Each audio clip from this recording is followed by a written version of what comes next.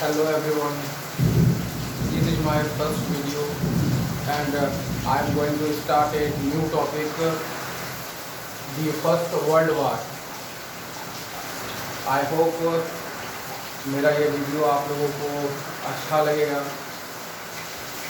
इस वीडियो में अगर कोई भी किसी भी प्रकार का गलती मिस्टेक या आपको कुछ सजेस्ट करना हो तो वीडियो के कमेंट सेक्शन में ज़रूर करिएगा। तो मैं अपना पहला वीडियो स्टार्ट करने जा रहा हूँ। प्रथम विश्व युद्ध। तो हम लोग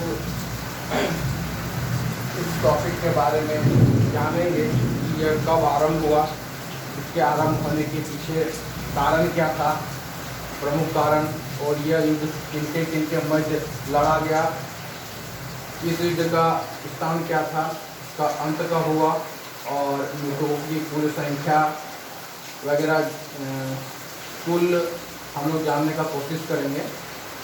तो आइए सबसे पहले हम लोग जानते हैं कि यह युद्ध आरंभ कब हुआ।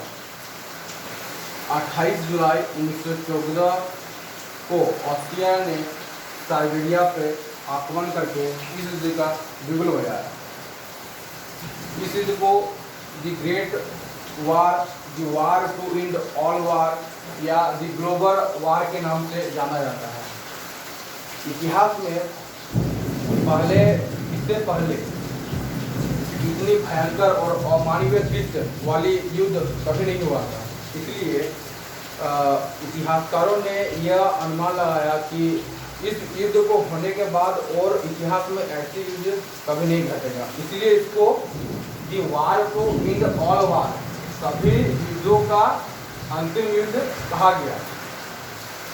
तो सबसे पहले 28 जुलाई 1914 ईस्वी को इस युद्ध का आरंभ हुआ था। इसने किस देश ने किस पे आक्रमण करके इसका शुरुआत किया था? तो ऑस्ट्रिया ने सर्बिया या साइबेरिया भी कहते हैं पर आक्रमण करके इस युद्ध का बिगुल बजाया था। इस युद्ध का यूं तो बहुत सारा कारण है, लेकिन प्रमुख कारणों में से एक ऑस्ट्रिया के राजा जो प्रिंस थे, राजा के बेटे प्रिंस जो राजा बनने वाले थे, उनका नाम था आर्कड्यूक फ्रैंज फर्डिनेंड। इन्होंने अपने पत्नी के साथ सर्बिया के एक स्थान है बोस्निया, वहाँ भ्रमण के लिए आए हुए थे। तो उस भ्रमण के दौरान इनकी हत्या हो जाती है। तो अपने राजकुमार के हत्या के बाद इनके जो प्रजा थे गुस्से में आके सर्बिया पर आक्रमण कर देते हैं। स्वाभाविक है कि अपने राजा या होने वाले राजा के ऊपर हत्या या फिर कुछ अमानवीय कृत्य होता है तो प्रजा का नाराज होना जायज़ है। तो इसका प्रमुख कारण इसी को माना जाता है कि फर्डिनेंड की हत्या, जिसके कारण पे हम लोग जानेंगे मिलिट्रिज्म, उसके बाद है गुप्त संधियाँ, उसके बाद है श्रेष्ठता की होड़। यह प्रमुख कारणों में से कारण है। 4 कारण हमने डिफाइन किया है।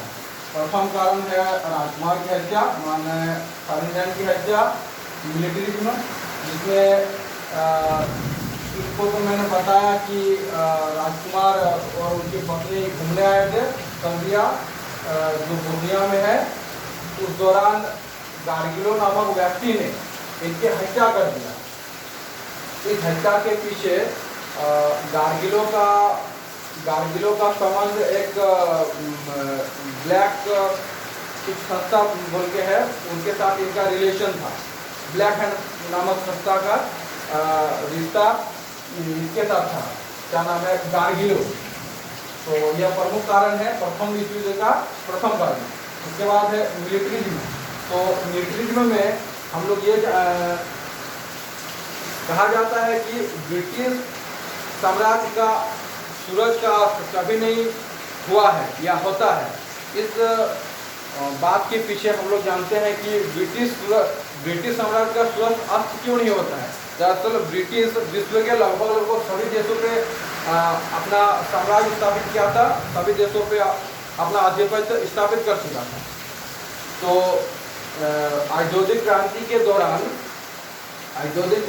दौरान ब्रिटेन अपना अस्त्र शस्त्र या उद्योग में जो विकसित किया था, तो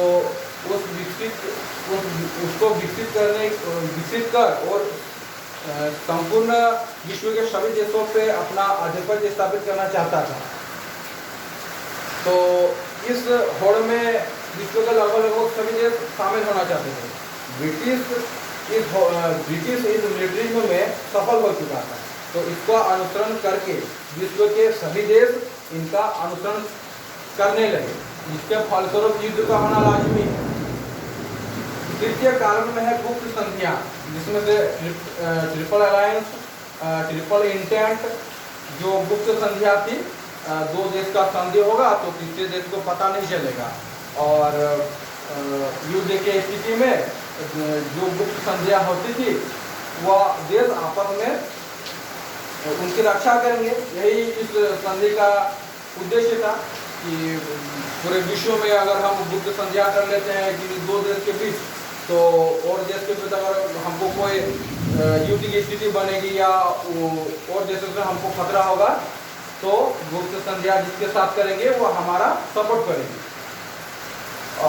लास्ट है श्रेष्ठता की होड़।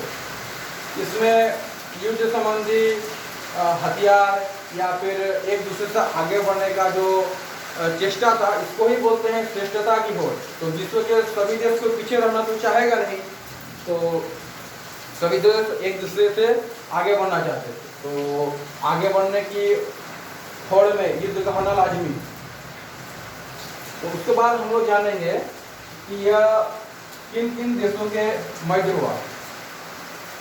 इस देश में कुल 37 देशों ने भाग लिया था, और बाद में दो पावर का निर्माण होता है, जिसका नाम है एलाइड पावर और उसके बाद नाम है सेंट्रल पावर, मित्र राष्ट्र और धुरी राष्ट्र।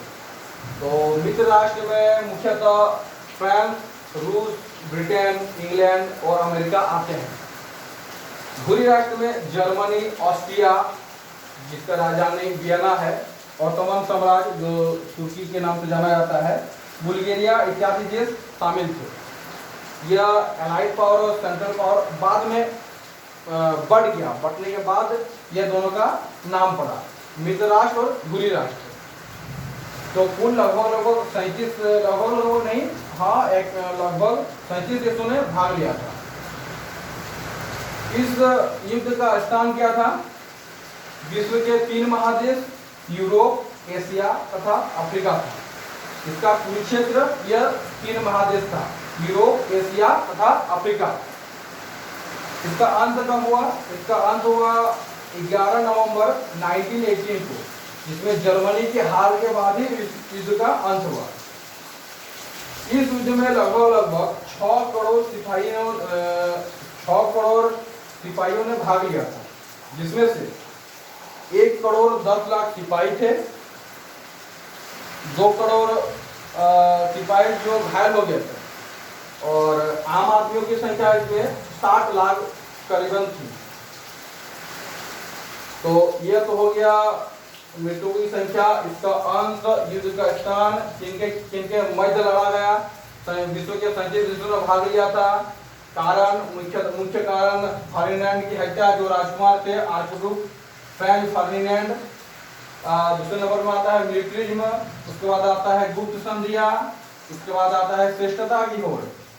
ये आरंभ कब हुआ? 28 जुलाई 1914 को। किस देश पर आक्रमण करके युद्ध का बिगुल बजाया? ऑस्ट्रिया ने सर्बिया पर आक्रमण कर प्रथम विश्व युद्ध का बिगुल बजाया था। इस युद्ध को और किन किन नामों से जाना जाता है? द ग्रेट वॉर, एक महान लड़ाई। विश्व को उम्मीद था कि इसके बाद और ऐसा भयानक युद्ध नहीं होगा, लेकिन बाद में द्वितीय विश्व युद्ध होने के बाद इस युद्ध को वर्ल्ड वॉर के नाम पर ही सीमित करके रख दिया गया। उम्मीद है यह वीडियो आप लोगों को ठीक से समझ में आया होगा। किसी भी तरह का कोई कमी अगर रह गई होगी तो कमेंट सेक्शन में आप हमें बता सकते हैं। नेक्स्ट वीडियो में हम लोग जान लेंगे, द्वितीय विश्व युद्ध के बारे में चर्चा करेंगे, और कुछ कमी होगी तो कमेंट सेक्शन में आप कमेंट कर सकते हैं। लाइक सब्सक्राइब कर दे, ताकि आने वाले वीडियो में मेरा भी मनोबल बढ़े। Thank you.